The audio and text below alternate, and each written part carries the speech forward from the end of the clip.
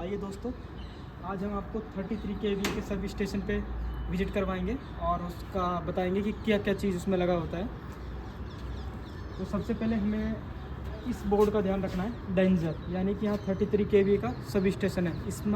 इसमें जाना अनऑथराइज बंदों का नहीं है। इसमें जिसको इसका ऑथराइड है वही बंदा अंदर जाएगा।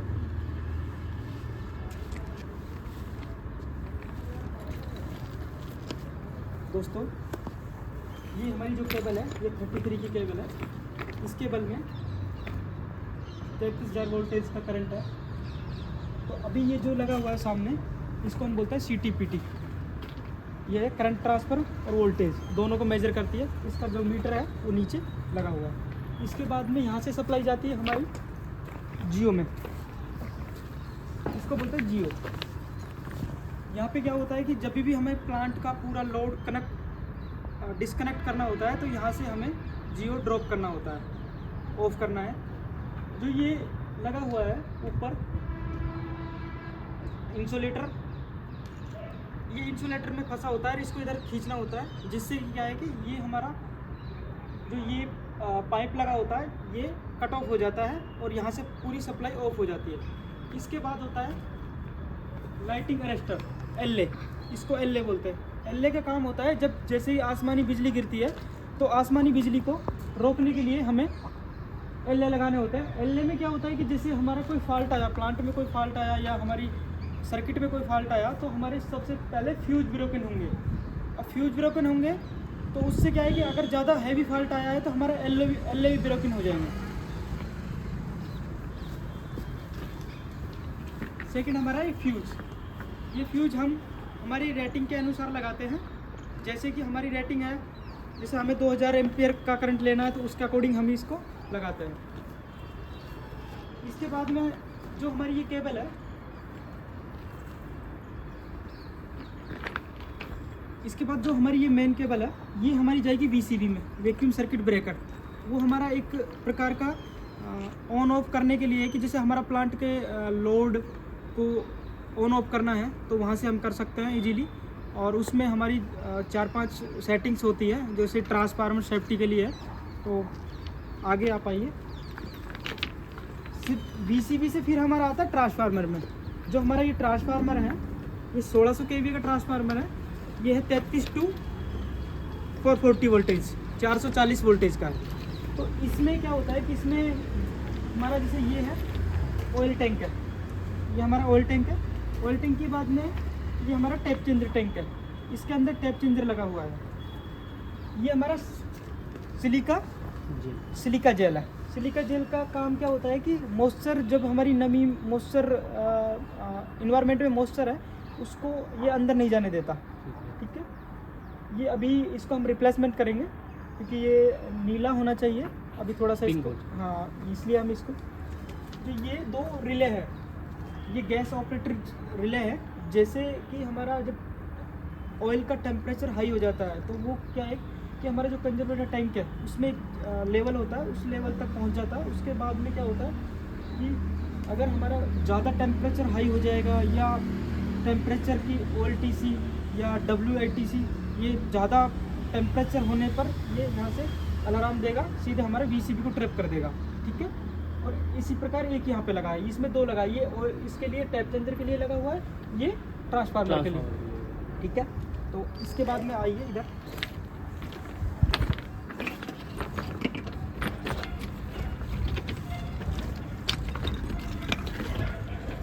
इसके बाद में ये हमारा जो है टैप चेंजर का पैनल है।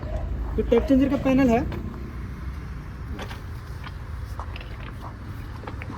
ये हमारा टैप चेंजर का पैनल है। ठीक है,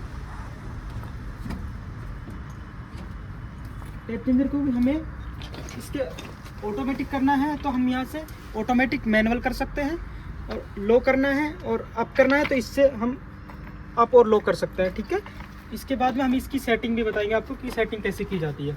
अभी हमने 108 पे सेट कर रखा है ऑटो में।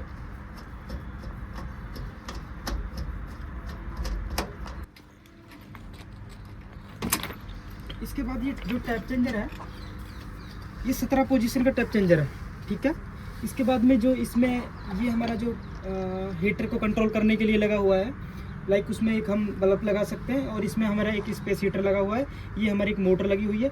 मोटर हमारा इसको टैप चेंजर को घुमाएगा। इसमें एक लिमिट स्विच लगा हुआ है। लिमिट स्विच से हमारा जो ये टैप चेंजर है, ये जिस भी हमें वोल्टेज को लेना है तो वो ऑटो में कर रखा है अभी, तो हम कर सकते हैं। ठीक है, इसके बाद में ये हमारी कंट्रोलिंग वायर है। हम इसको मैनुअल में भी कर सकते हैं, इस हैंडल की सहायता से इसमें लगाएंगे और ये मैनुअली हम इसको अप और डाउन कर सकते हैं।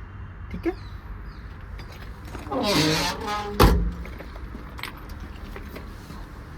इसके बाद में आ जाता है हमारा ट्रांसफार्मर का मेन पैनल। जो ये मेन पैनल है, इसमें हमने 4 वायर लिए हुए हैं। 4 वायर इसलिए लिए कि हमने जो हमारा एसीबी है, एलटी पैनल है, उसमें हमने 4 सर्किट लगाए हुए हैं। मतलब एसीबी 4 लगाए हुए हैं, तो हमने अलग अलग के लिए 4 का पैनल बनाया हुआ है। ठीक है, इसके बाद में आता है हमारा अर्थिंग।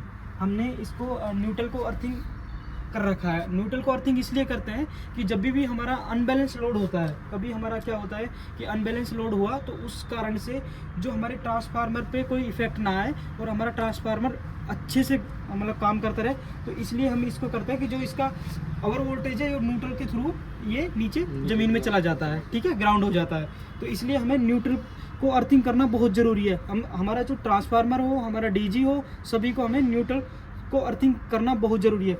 फिर दूसरा हमने यहाँ पे आप देखेंगे कि ट्रांसफार्मर की बॉडी को उसको भी अर्थिंग कर रखा है। वो एक सेपरेट पार्ट हो गया, वो ट्रांसफार्मर सेफ्टी के लिए है, वो हमने अलग कर रखा है। इनको बोलते हैं फिन्स। जो ये है, ये फिन्स है। ये क्या होता है कि ऑयल को ठंडा करती है। जब जैसे जैसे हमारा ऑयल का टेम्परेचर बढ़ता है तो उसके लिए ये यहाँ से हमारा ऑयल आता है, इसमें सर्कुलेट होता है और उसका टेम्परेचर ये कम कर देती है। फिन्स है। अगर हमारा अगर ज़्यादा हो रहा है तो इसके नीचे हम फैन भी लगा देते हैं। कभी कभी क्या होता है, गर्मियों में टेम्परेचर बहुत हाई चला जाता है, तो इसके नीचे 1 और 2 फैन लगा देते हैं। उससे क्या है कि ये फिन्स को हम ठंडा करते हैं।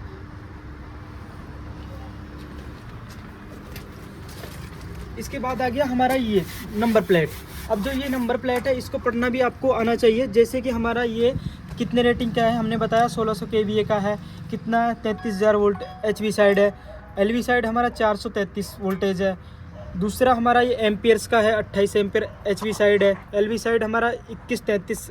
इसके बाद में हमारा इसमें पूरा डिटेल्स होती है कि हमारी एनर्जी एफिशिएंसी क्या है, हमारा रेशियो क्या है, हमारा ऑयल टाइप क्या है। दूसरा इसमें टैपिंग कौन सा है, OLTC है।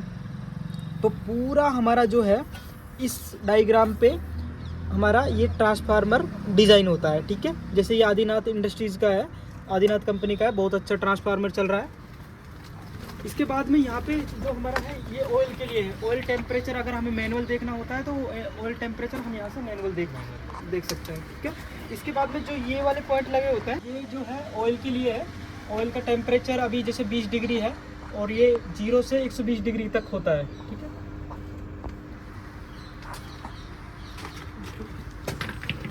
इसके बाद में जो मेन ये है, हमें इसका बहुत ज़रूरी पता होना चाहिए कि हमारा ट्रांसफार्मर कभी कभी ऑयल लीकेज हो गया, ये फिन्स टूट गया, ये हो गया, तो हमारे जो ये वाले एरो हैं, ये एरो का डिज़ाइन ये है कि ये एरो यहाँ से ये 2 बोल्ट खुलेंगे और इसके बीच में वाल लगा हुआ है। वाल का काम क्या है कि अभी हमारा वाल खुला हुआ है कि इसमें ऑयल जा रहा है।